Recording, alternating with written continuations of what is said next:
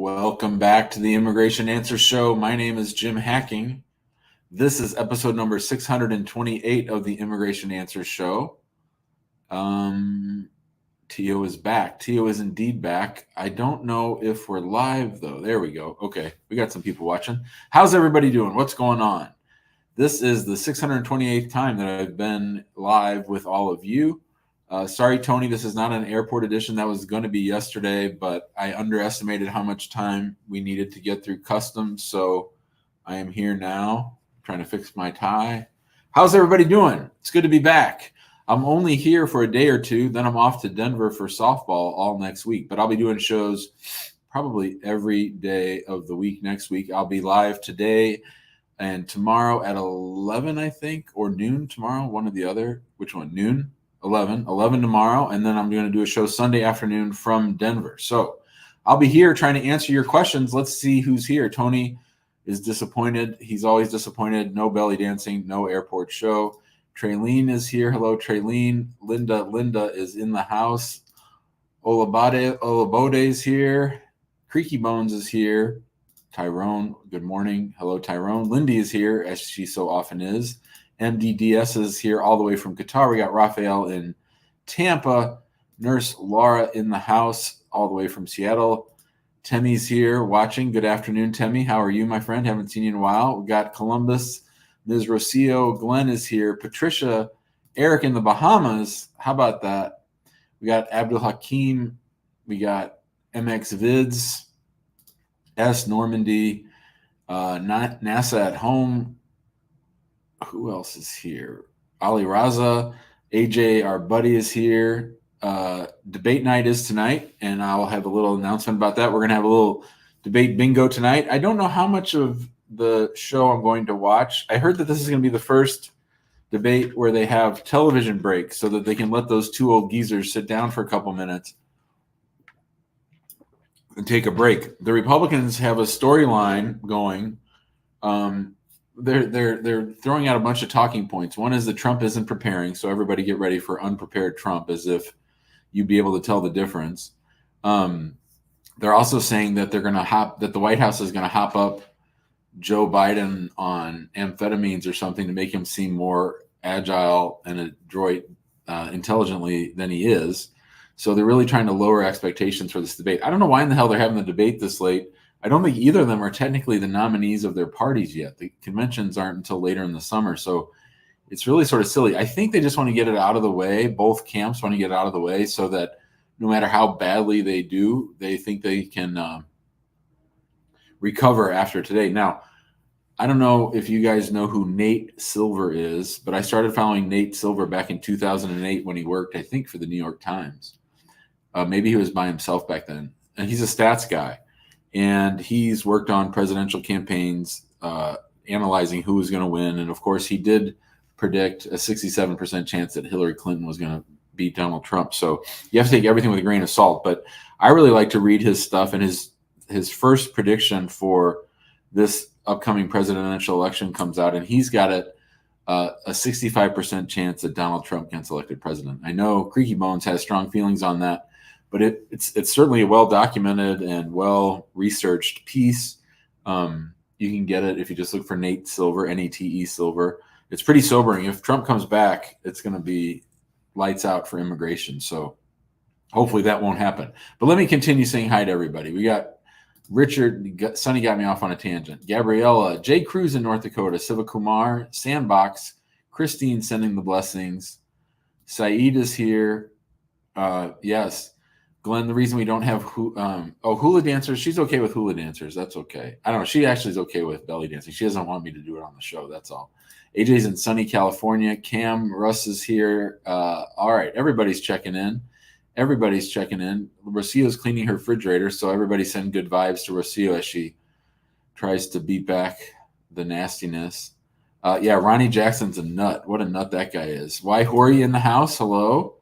All right, Rich is here. Big ups to all the Yardies. Hina is here.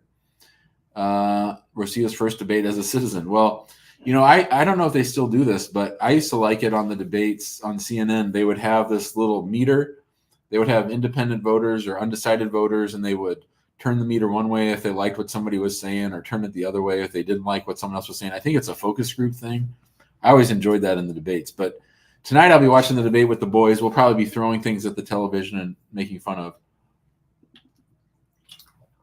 two parties, and to say that this is who they've given us to choose between: Donald Trump, a convicted felon, and Joe Biden, who I made a TikTok about today, doesn't give a shit about immigrants. So Umaru's here, checking in from Nigeria. Donna is here.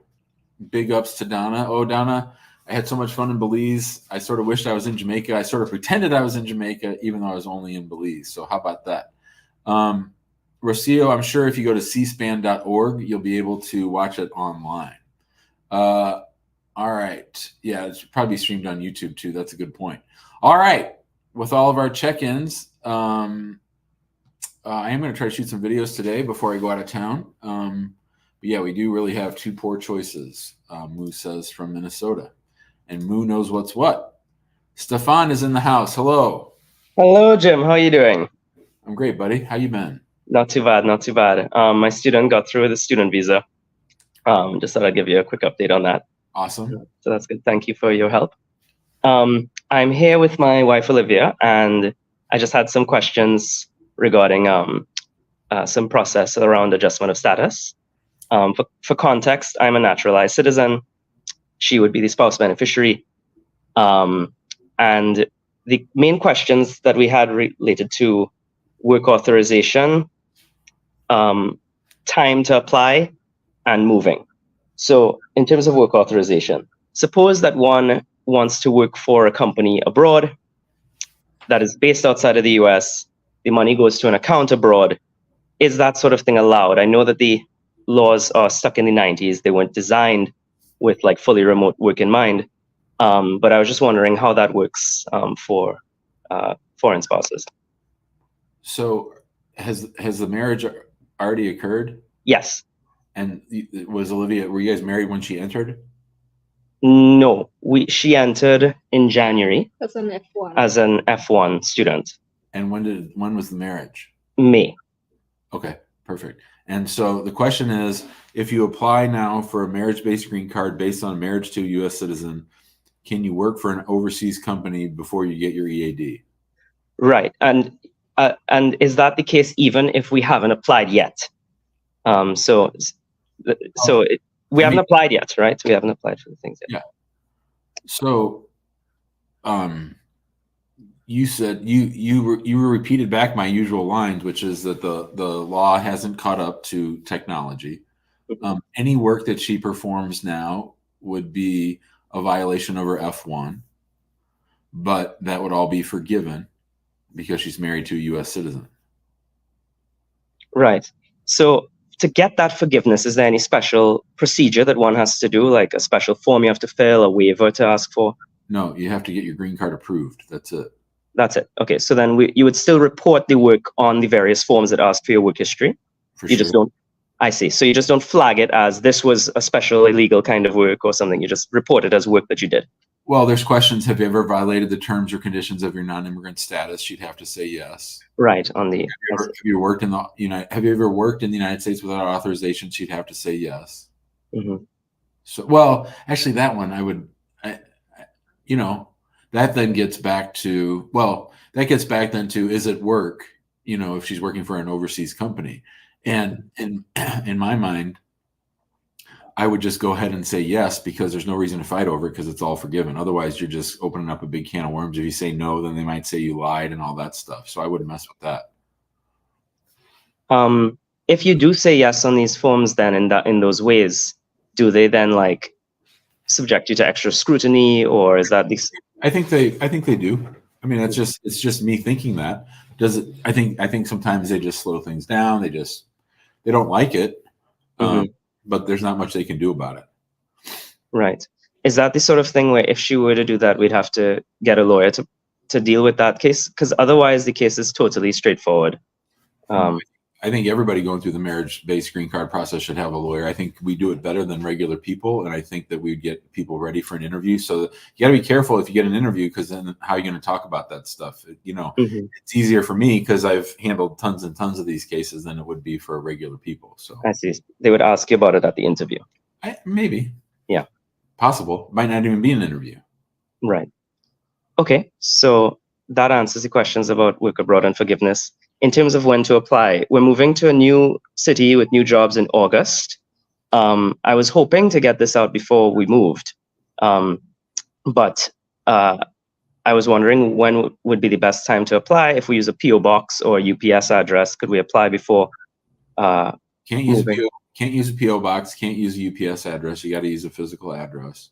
Because they ask for a mailing address for things, right? Yeah, but you can't use a PO box. Okay, so you can't use a UPS like. No, and you shouldn't anyway. Just wait till you move and apply then. Okay. That way there's no moving while the case is underway.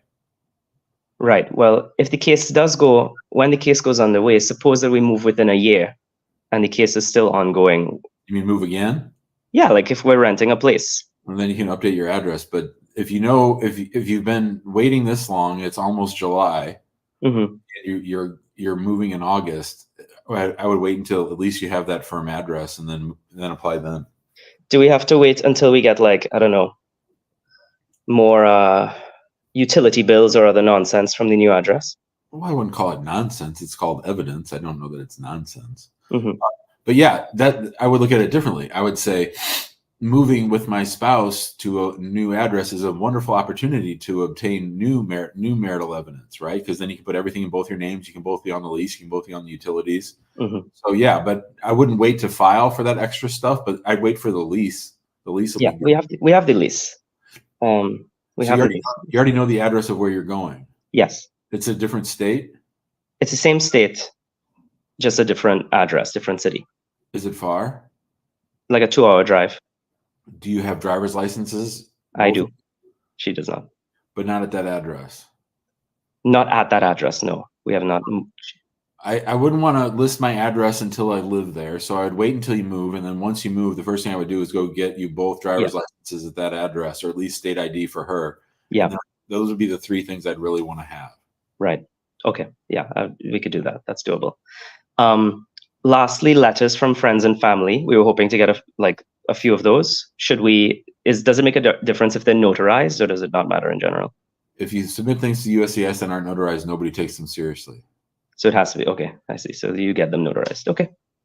Thanks, Stefan. See you, buddy. Thank you so much. Take care. All right. Hey, I got some good news here. Check this shit out. Jim, last Tuesday was Ryan's interview, and he was approved on the same day. Thanks, guys, for your prayers. Appreciate it. Ryan is going to come on soon whenever he gets another day off. How about that? Donna says she's doing the happy dance. Aren't we happy for Donna? She says thanks to me. I think she's actually trying to thank Hooley for saying congratulations. Nurse Laura, Ryan got through. We're all very happy. Them fly to gate for Ryan. Yeah, that's right. All right. So someone else Donna said, yeah, Nurse Laura, it's been 18 long years. Christmas is going to be a ball. So aren't we happy for Rich and for Donna? Isn't that great news? They're going to be together for Christmas. So yeah, we'll definitely want some pictures of that. Maybe when Ryan, I know Ryan is camera shy, but we know Donna sure is not. So maybe when Ryan goes to visit Donna, we can have them both on the show together over Christmas. That would be fun. All right, LK is here. Hello, LK. You're on mute. There. How you doing? Good. Good. How are you? I'm awesome. This is my first show ever, so this is exciting. Welcome. Thank you. So I have a bit of it's probably not complex to you, but to me it's a little bit complex. So I'm a Canadian citizen. My partner is an American citizen. I was here for about 5 months on a TN visa, and I left the job. It was a mutual agreement. I always thought I had a 60-day grace period after leaving the job, which I found out was not a thing, or I messed things up. But what happened was, left the job April 22nd. I went home to Canada April 28th. I was home for about a week. And when I re-entered America on May 4th, I didn't state that I was off my TN because I thought I had that grace period. So I overstayed for about a month. I've been having a hard time with CBP and just trying to navigate what to do next. My partner and I know we want to be together. We know we want to get married. We weren't really quite at that stage yet, but we're willing to move forward with the K1 or the CR1. I just would love to hear your opinion on both, if you think we'd have complications. I also am really confused about the part, if you get married, where are you supposed to get married or how? Because I can't come in as a visitor, get married, because then that's unlawful and known as fraud. So I just would love to hear what you have to say about my situation. That was such a great recitation. Thank you for the background. It's so funny because it's like you're 90% right on three different things. So it's each thing's almost right. Each thing's almost right. Each thing's almost right. So let's try to back up a little bit. Okay. Okay. This is your first TN? Yes. Yeah. I'm no longer on it though. I understand. Yeah. When did it start? January 24th. Of 24? Sorry, I got the TN December 28th of 2023. I started my job the 24th. And then you both decided to part ways like when? April 22nd. So just like 3 months. Yeah. Okay. And then you decided, then when did you leave the United States? I left April 28th to go home and see my family in Canada. And I re-entered on May 4th. But when I re-entered, that's where I made the mistake. Hold on. Yeah. So where did you come through Pearson or what'd you do? I drove. So I'm in Rochester, New York. So I drove through the Alexandria Bay port of entry. Okay. And so did you say anything to any CBP official? When I cross the border, my interactions are always brief because they know I live here and I was working. So I would have just said on the 4th when I re-entered, I'm going home. I'm going to my house. I never would have said anything about working, but I would have said, hey, they would have said, where are you going? And I would have said, I'm going to my home. Okay. And so the date of that entry was what? Was May 4th? Yeah. Okay. How long have you and your partner been together? Just over a year. February of 2023 is when we started. Is your partner a U.S. citizen? Yes, he is. Either of you been married before? No. Okay. Okay. And so, okay. So have you looked up your I-94 or do you have any proof of your last entry in the United States after you lost your job on the TN? So May 4th? Yeah, the May 4th entry. I have looked at my I-94 and they did admit me as a TN, like my admission said TN. Okay. Okay. And so when you entered, you had no idea that you were no longer in valid TN status. You just knew that you weren't working at that company anymore. Exactly. And I thought I had this grace period to figure everything out. Okay. All right. When do you think you'll get married? In a perfect world, like in a couple years, but we would get married next weekend if we had to.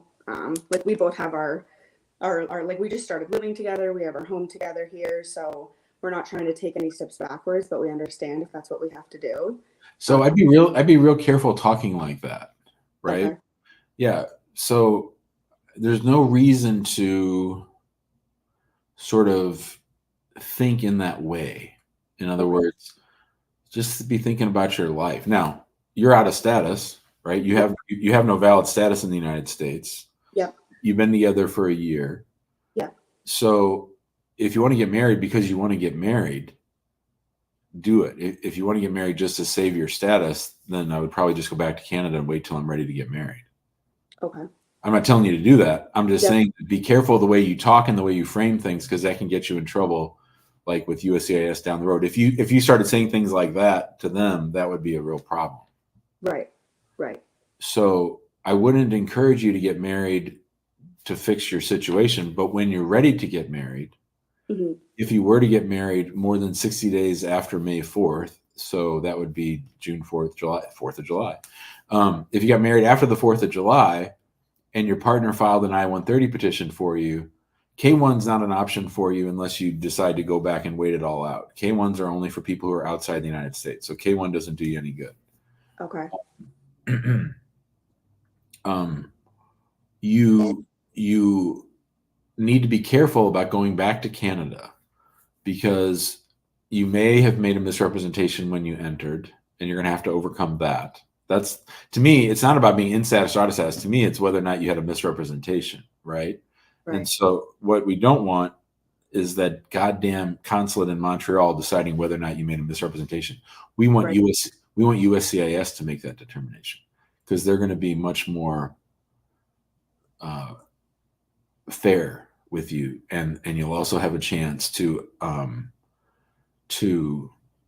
like fight it out fairly. In Montreal, you'll never get a fair chance. So if you were to get married, say August, September, October, something like that, and your partner filed for you, number one, I think you definitely need a lawyer because I think you're going to have to figure out how to navigate that. Did I misrepresent? Did I not? And you're going to want to argue first, I didn't. And if I did, then I might need a waiver. So I would say the best thing for you to do would be to have a meaningful conversation with your partner and then a meaningful conversation with an immigration lawyer with the two of you to talk through how to try to pull this off. It's not going to be easy. Okay. The entry could really be a problem if they don't believe you and they think that you lied to get back into the United States. Right. So so I'm in the United States right now. They allowed me to come in for a couple weeks. I have a wedding. And they did give me a hard time. I had a booklet. I even did have a support letter from a different lawyer. Wait. Hold on. Who gave you a hard time? I thought you said they just let you through. No, CBP. That was May 4th when I re-entered on Friday. So I've been here since. Dude, you gotta stop leaving. Stop leaving. Canadians, you're not different than everybody else. The rules apply to Canadians just like they do to you. You gotta stop doing that. Okay. Stop leaving what? Time out. Now you have 2 entries. Yes. Yeah. So we left out this part. Now we've buried the lead. What happened at this last entry? They pulled me into the building, CBP. I had a booklet with proof, like they wanted to see proof of a residential lease for like in my home country, like in Canada. So I had a lease with my parents' address because that's where I would be moving if I lived there. And they gave me a hard time. I had a support letter from a lawyer and they wouldn't even look at that. Just a support letter saying that I'm coming in to come for a wedding. I don't have any immigrant intent for this visit, obviously, or ever. That letter from the lawyer is worthless. That's just based on what you're telling them. They don't know anything. Yeah. Jeez. Yeah. Okay. So they allowed me. Well, here's the $1 million question. Mm-hmm. When you talk to them at CBP the second time, did the topic of your continued employment at the TN employer come up? Yes. Yep. Sorry, not this past Friday. They didn't talk about my employer. The time before that they did. So sorry, I'm trying to share the whole story. So I re-entered May 4th. There was no discussion there. I came back June. So when I had the conversation with an immigration officer, they told me to leave the country. I came back in. What immigration officer? So when I re-entered on May 4th, I was here for about a month. And since I thought I had a 60-day grace period, I actually called the port, like that port of entry, and I just had a conversation with an officer. I said, I just want to make sure I'm doing everything right. I explained to him my situation, how I was here. I'm no longer working at my job. And that's when I found out that I wasn't supposed to be here. So he said, leave the country. So I left the country on June 5th and I re-entered June 6th. And when I re-entered, they gave me the hardest time that time. They did my conversation with my, about my job did come up. And so somewhere along, here's my question.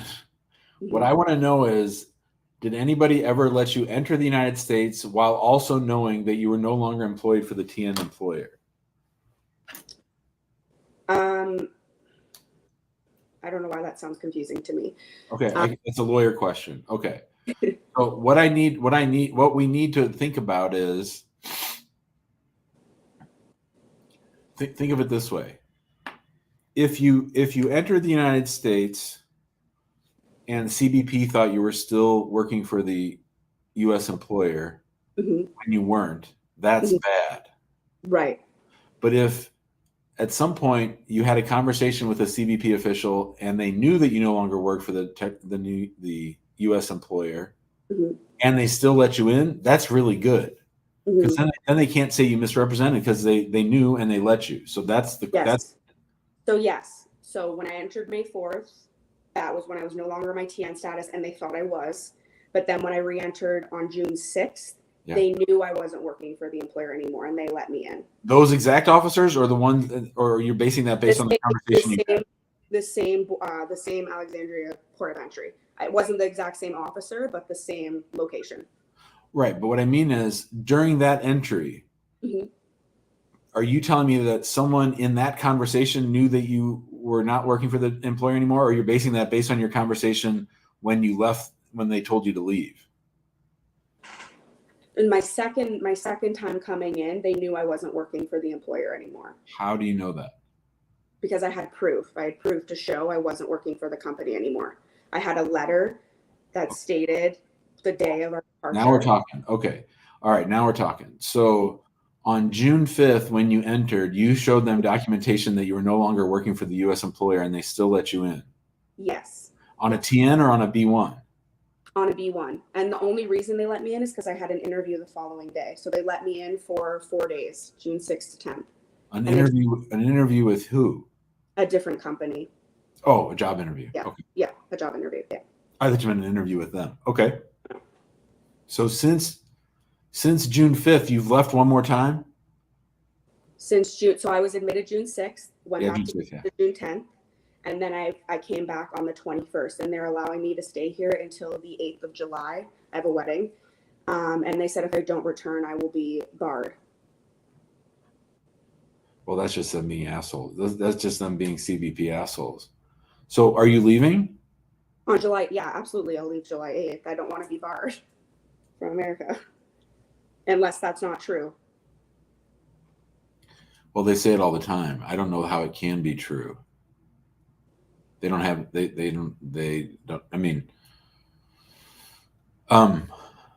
did CBP ever give you any paperwork that sort of outlines what you said and they said what they said and you said? No. Do you know if any of your interactions with them on June 5th or the last entry were recorded? I'm not sure. I mean, I know there's tons of cameras in that location. They never stated if they were. Nothing looked like it was suspicious or recording, but I have no idea. Okay. All right. So what's your question for me? What to do next? I'm not sure. Like, I mean, I guess you answered that at the beginning. I mean, my partner and I know we want to get married. I don't know how it, like, obviously that's a very extensive process. If that's something you think, like, I would love to further discuss that with you at a separate time. Yeah, I think this is worth taking off camera and me and your partner and you all talking maybe tomorrow, or maybe tomorrow if you guys have time, and then we can talk it all through. Awesome. I want to talk to some people here too, but what I'm worried about is if you leave, I don't care so much about CBP's threat to bar you. I think they're full of shit as far as a bar. What I'm concerned about is you being stuck in Canada for the next. You're not. If you leave again, you're not coming back to America for 2 years, and it's on the green card. So that, I don't know if that's really what you want or not. That's what would happen. I wouldn't be able to. I don't think they're going to let you in again. I think, no offense, I think you've been way too cute and way too clever with entering and exiting. Once you came out of the TN status, you should have talked to an immigration lawyer, and then you should have either stayed or left, but you shouldn't have been bouncing back and forth. It's the bouncing back and forth that has me concerned. Gotcha.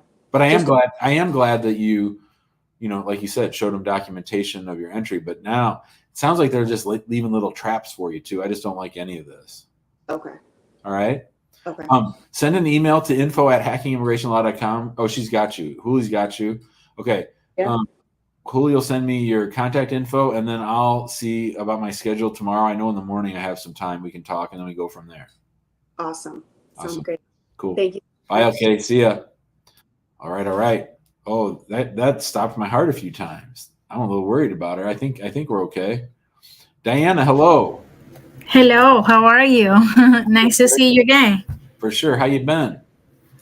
Yeah, those like are frustrated and desperate because you remember that I'm talking with your lawyer, Bob.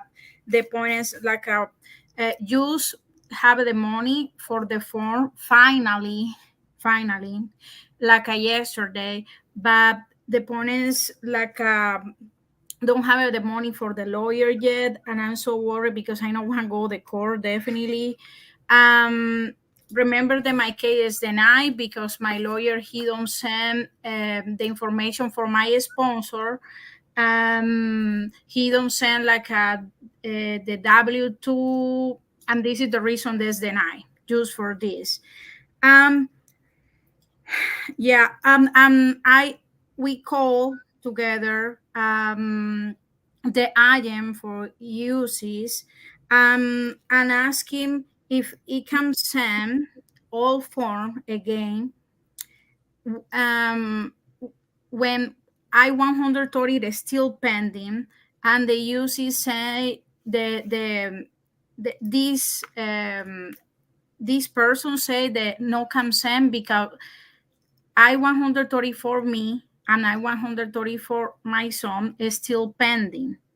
Say like a your case is activator review. This is Yep. the say. And he say that if I send again all these form, like I deny again. Okay, so time out, Diana. So what country are you from? I'm from Colombia. And you're in the United States Yes.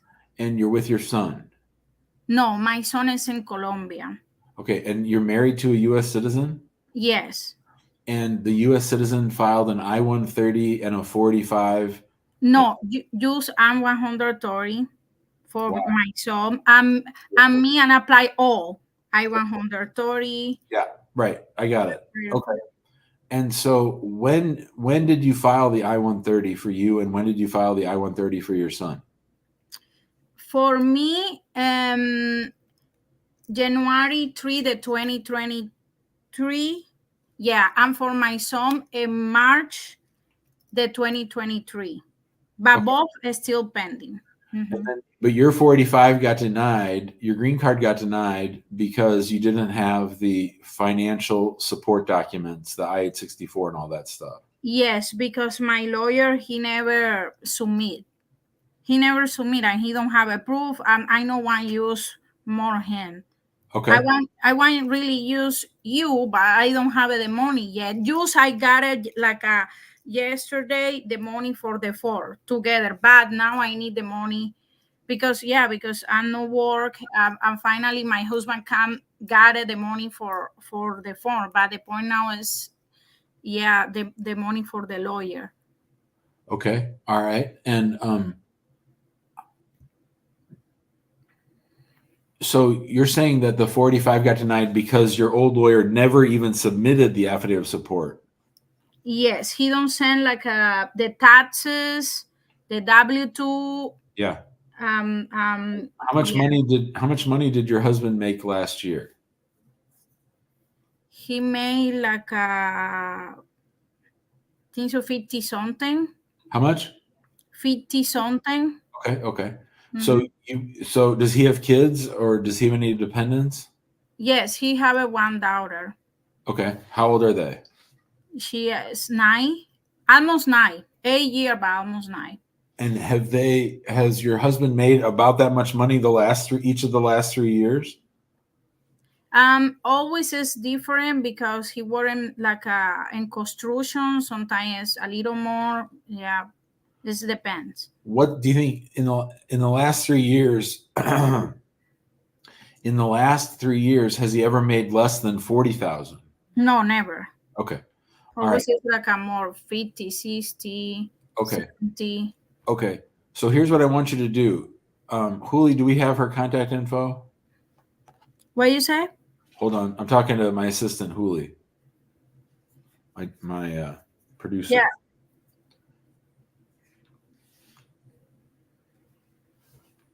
No.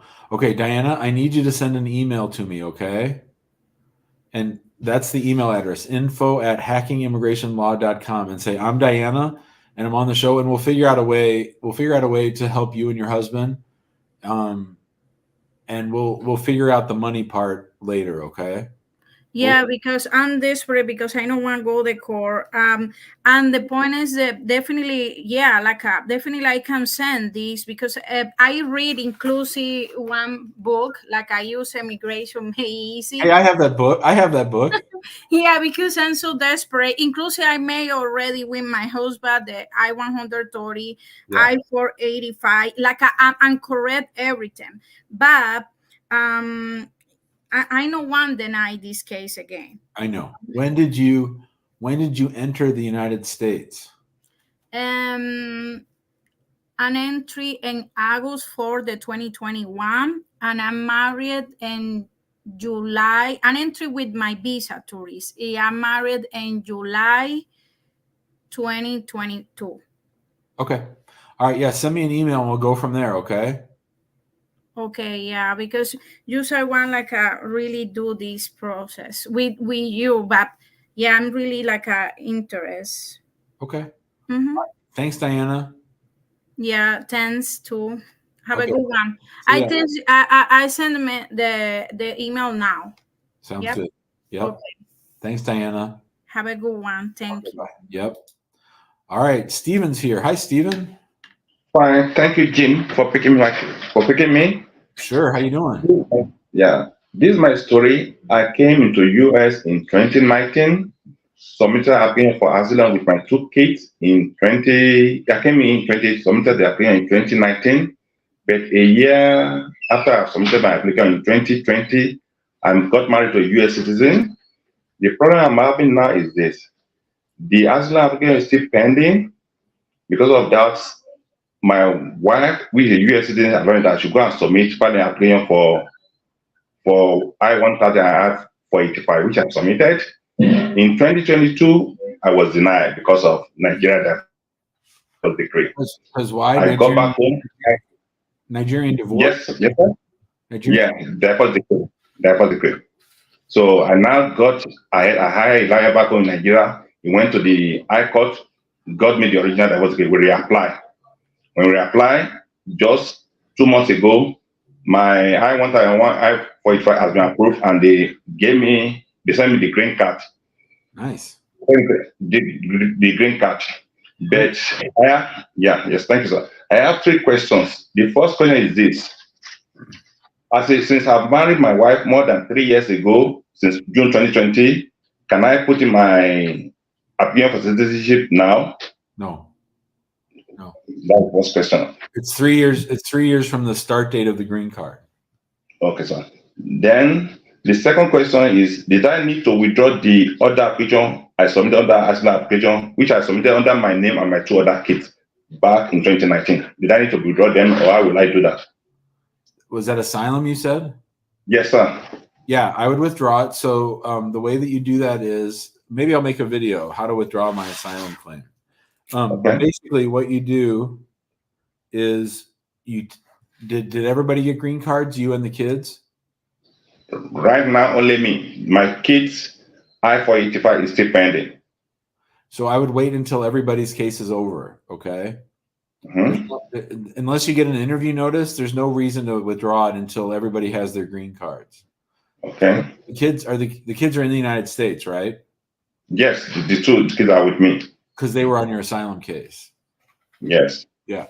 So once you get their green card cases approved, then send the receipt notice on your asylum case and copies of everybody's green cards. And basically you say, hey, it's me, Steven.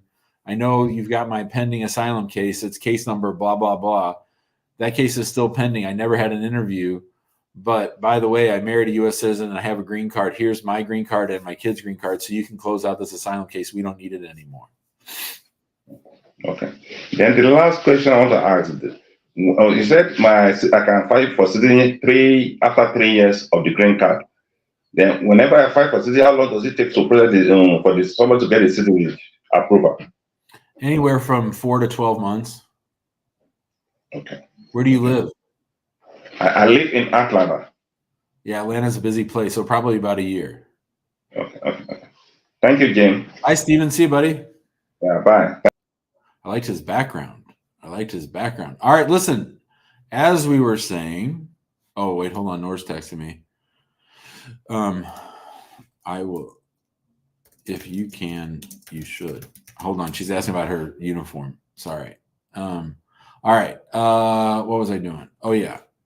Today's the presidential debate between Joseph R. Biden and Donald J. Trump.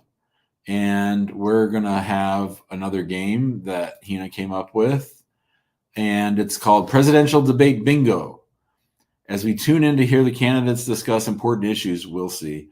We want to make it even more interesting and fun with this activity. It's similar to what we've played before, but this time with things that will likely come up tonight at the debate. We believe a great reason to participate and play is to stay informed and gain insights into each candidate's platform and policies. As voters, it's our responsibility to enhance our critical thinking and analyze the candidates' responses to decide which ones resonate with our values better. To participate, comment bingo in the Immigrant Home Facebook group. There's a post about the bingo game. Just put the word bingo and we'll send you a bingo card. Hope we can all come together for an informative and fun weekend or evening, and we'll discuss it on tomorrow's show. So, all right, Tech Room says that they got their Nats within 4 months of applying. That's great, Tech Room. That's an election year, so we'll see. Anyway, so if you want to play, bingo is the word, bingo is the game. All right. This is the Immigration Answers Show, episode number 628. My name is Jim Hacking. I'm an immigration attorney practicing law throughout the United States, out of our offices in St. Louis, San Diego, and Washington, D.C. If you're thinking about hiring an immigration lawyer to help you with your situation, give us a call at 314-961-8200 or email us info@hackingimmigrationlaw.com. If you're looking for free information, we have this great show that we do, and we'll be doing lots of days in the days to come. You can subscribe to our YouTube channel. We got thousands of videos on there. And also we have our Facebook group, which is called Immigrant Home. There's now over 12,000 people in the Facebook group, and there's people talking about the immigration process there. Let's go to thank you. Hello, thank you. You're on mute. Hi, Jim. Thank you so much for providing the free service of your immigration. And I have a few questions on my case. Currently, I'm adjusting my status from H-1B to marriage-based green card. And recently, I got my EAD approved. And just wanted to see how can I switch an employer. If I switch an employer on EAD, will I still have the H-1B status? Your EAD is based on what? Marriage or employment? Marriage. And how long have you been on your H-1B? It's not even a year. I would say like a few months. Okay, so if you leave your current employer and just work on the EAD, then you're sort of putting all your eggs in one basket. Your H-1B would be over. You would have worked for another employer, and that's a technical violation of your H-1B. So you can do it, but you should only do it if you're 100% confident that your marriage-based green card is going to get approved. Does that make sense? Yeah. Okay, and so if I want to go for a new employer, that means I have to still make an H-1B transfer to be on a safe side? Yeah, if you want to maintain your status. You're married to a U.S. citizen, not a green card holder? Yeah, that would be the safest thing to do. Might be overkill, but okay. I mean, if you probably won't get a green card interview, but if you do, the fact that you've gone to work for this other employer on your EAD, it's okay. Nobody's going to care. Gotcha. Oh, I have an interview. I have an interview scheduled in August, so. Okay, then I would just sit tight till August and see what happens. Okay. So during the hiring process, I mentioned to the employer that I have a green card EAD approved. So. Well, you don't have a green card EAD. You have an EAD approved. Yeah. I see what you're saying. Yeah, you have an EAD approved, not a green card approved. Yeah. Yeah, EAD approved. Yep. Okay. So I informed to the employer. So should I just say that, I wanted to go with the H-1B process instead of going with the EAD process? Well, that'll probably piss them off. Yeah. So I mean, they already know that I have both the status for the EAD and also H-1B. So that's going to make a little more confusion for the employer to initiate the H-1B process. Like they want you to start yesterday? They wanted to start as soon as possible, within a week. So Well, It's a good opportunity than what I'm doing right now, and yeah. significantly a better company. So, how long have you been married? I would say like 9 months, 10 months. And you feel confident that the marriage is going to go? I mean, why do you think you got an interview? That's unusual these days. I don't know. Oh, do you live in Florida? No. Sometimes on the H-1B, did you ever work for an employer, maybe on OPT or on your H-1B, that the government might think is shady or abusing H-1B workers? No. That's the one thing I've seen them do interviews for, especially in Florida. That's why I asked. I don't know. I would just say to the employers, hey, look, it technically is okay for I would say I talked to an immigration lawyer. I know that I said I could start as soon as possible on my EAD. And if you really, really, really, really, really, really, really, really, really want me to do that, I'll do it. But the lawyer said it'd be safer for me to just sit tight and wait till I actually get my green card, just so and then I'm going to save you the money. I could technically start on the EAD. I don't want to. I prefer to wait until after I have my green card interview. I think then I'll be good to go. If this means I lose the opportunity, I mean, to me, and this isn't legal advice, this is me, Jim, how I am. If it was a job I really, really wanted, I'd probably go take the job. But I'm not telling you to do that, if that makes sense. Okay. Yeah, I understand that. And also, one more thing. On my EAD, there is one letter error in my name. So I just received my EAD like in 3-4 days. So when you go to your green card interview, make damn sure to tell them that, because otherwise your green card's going to have the same error. Oh, wow. Okay. I got you. Okay. All right. Thanks, man. And also one last question, Jim. Yeah, real quick. So during the interviews, should I take all the original documents with me, and like all the original? All your if you had an I-20, anything employment related, yeah, sure. Anything related to any of your visas, for sure. Okay. Even I came on F1 visa, so should I take? Yeah, bring all those I-20s. You want to prove up that you were in status the whole time, sure. Okay, gotcha. Thank you, Jim. See ya. All right, Siva Kumar is here. Hello. Hi, Jim. How are you? Good. What's up? Nothing much, Jim. I'm trying to reach out the firm to look at my case. It's been like 2 weeks and I haven't had the response. But I can tell you what's going on. Go for it. I filed a writ of mandamus, and USCIS attorney came back to me and they said they will process my case within 39.5 months. Are you the guy that did it on your own? Yeah. What do you want us to do? Why do you keep calling? I already told you that you shouldn't have done that. What's up? What do you want?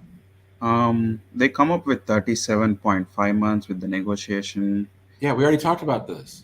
Yeah, but are you guys willing to accept my case at this No, I'm not taking your case. You filed it on your own. I'm not messing with that.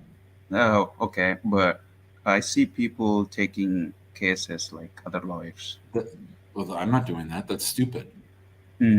So filing a lawsuit, thinking that a regular person can file a lawsuit in federal court and anyone's going to take them seriously when they're not a lawyer is ridiculous. The judge isn't going to take them seriously. They don't know the rules of civil procedure. They don't know the local rules of the court. We've done it 1,700 times. It's hard. So no. So do you want me to withdraw the case and go by your firm?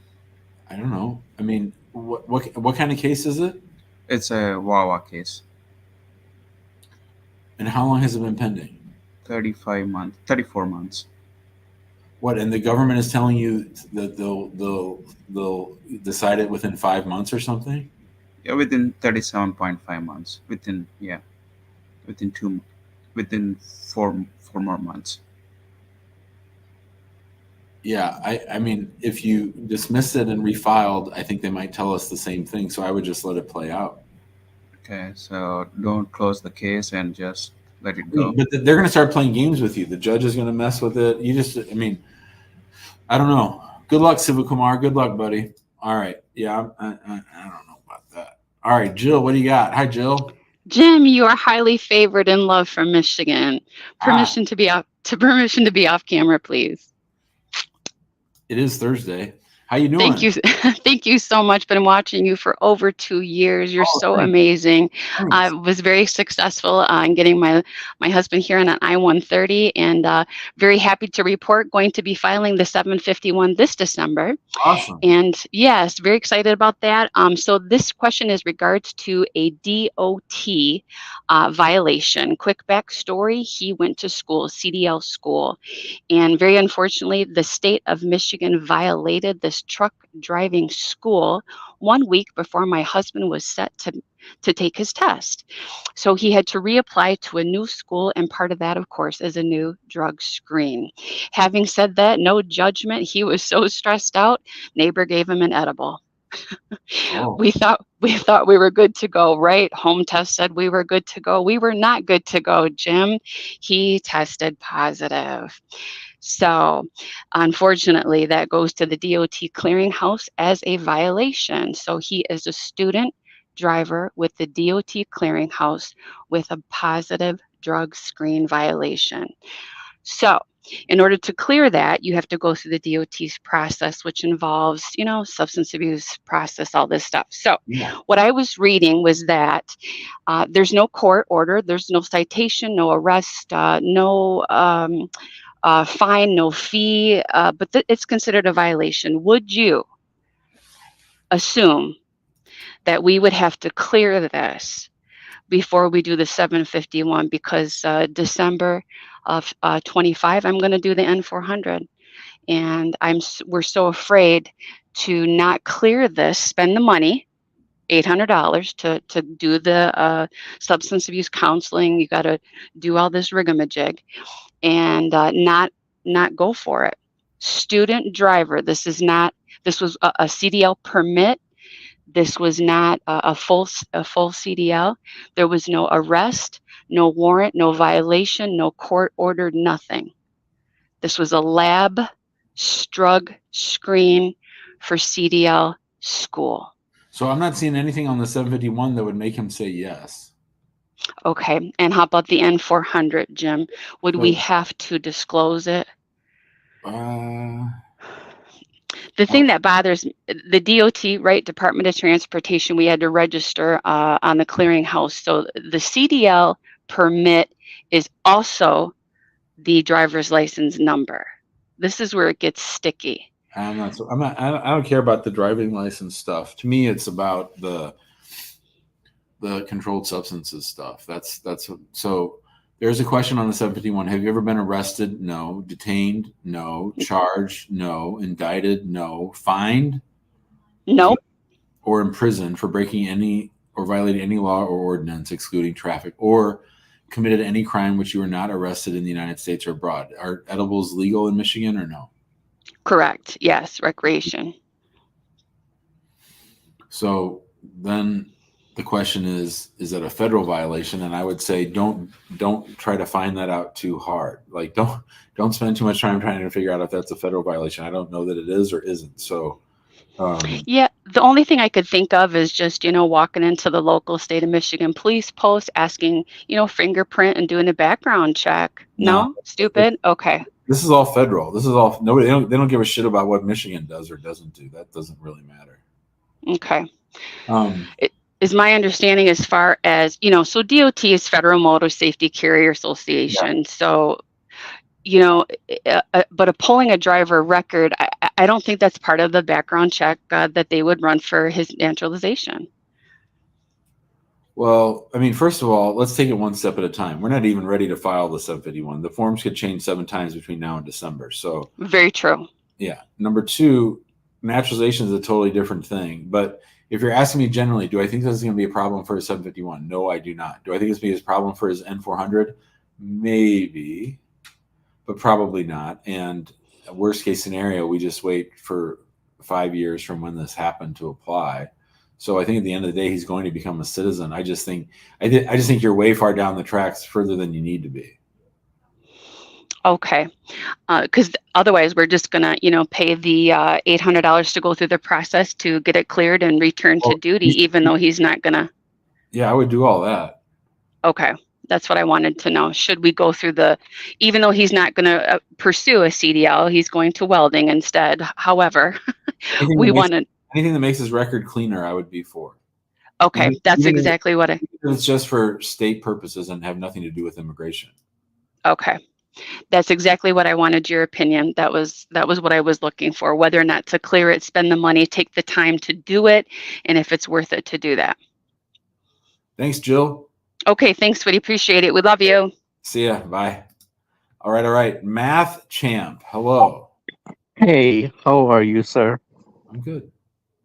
Good to see your program. It's very informative. Wait, I have a question. Yes. What's 73 times 212? That's too hard. That's what calculators are for. Yes, and I'm on a break, so I need a mental break. Okay, good. Pretty depleted from the work, right? There you go. I have a nephew and niece who is around high schooler right now. And I would love them to be here because of the situation in their country. Is there a way for like 15-year-olds or 14-year-old? My mom has already sponsored their parents, but it's like 12 years wait for that. And the children life is not safe back home for them living in a community where it is persecution happening a lot. So I feel like bringing those kids here so they can have a better life and better school. Is it possible that we can do anything from here for them? Doubtful. The grandma filed I-130s for them, which means they've demonstrated immigrant intent, which means it's going to be really hard. The only thing I was thinking of was a student visa, and they're not going to get an F1 when someone's filed an I-130 for their benefit. So I think probably not. So is the private school possible, or will they give, like, I don't know. I know something about the college, but I'm not aware, like, it works sort of the same ways. So if you get online, you can do a search for what's called SEVIS schools, SEVIS, and you can hold on. Let me write that. What is that? SEVIS, SEV like Victor, IS schools. And then there's a way you can search by state, and they'll give you a list of every school that has been certified to give I-20s. And then you could talk to the school, try to get them enrolled, try to get them I-20s, and then they can take a shot at getting a visa. But I don't think they're going to get it because they've said they want to live here and get a green card. Correct. But that's their parents' choice, but these are the children. Yeah, but it's all this. That doesn't matter. Correct. And can their adoption be possible? No, nobody buys that BS adoption stuff. Right. Well, one more thing. Can their parents apply for EB2? Anybody can apply for EB2. Or E2, sorry. Even if they have immigrant intent, can they apply for E2? I think E2 is not immigrant and is not a dual intent, so I think that might be the same problem. But EB2 is an immigrant intent. EB2 would be an employment-based green card, yeah. Yeah, their parents are nurses. What country? Well, those are hard to get green cards for. Pakistan. Yeah. This all sounds tough to me. I guess the only other thing is if they got a visit visa to the United States, which again would be hard because Islamabad doesn't like giving those out, and they've demonstrated immigrant intent. If they came here and applied for asylum, they could go that route. But, that's assuming Islamabad's going to give them a visit visa, which I think is a no. Right. So I'm wondering if the grandparents or my siblings' parents have their Golden Jubilee celebration, would that be possible? Anything is possible. Do I think it's probable? No, I don't think it's probable. Okay. And on a visit visa, somebody can do E2? That's really hard to pull off. E2 when they say, like, okay, we are here, we would like to invest in a business. All right, I'm going to get going. Thanks, Matt. See you, buddy. All right, thank you. Bye. All right, everybody. That'll do it for today's program. Like I said, we'll be back tomorrow for episode 629. No show on Saturday, and then we'll do a show on Sunday afternoon from Denver. Again, episode 629 tomorrow, 11 a.m. Central. Thanks, everybody. Sorry I didn't get to everybody, but be here early. If you really want to be here early to make sure I get you, text the word show to 314-470-3300, and you'll get a text telling you the link to tomorrow's waiting room. Thanks, everybody. Have fun watching the election. Remember, bingo if you want to play bingo. Comment bingo if you want a card. And have fun watching the debate. It should be a shit show. See you guys.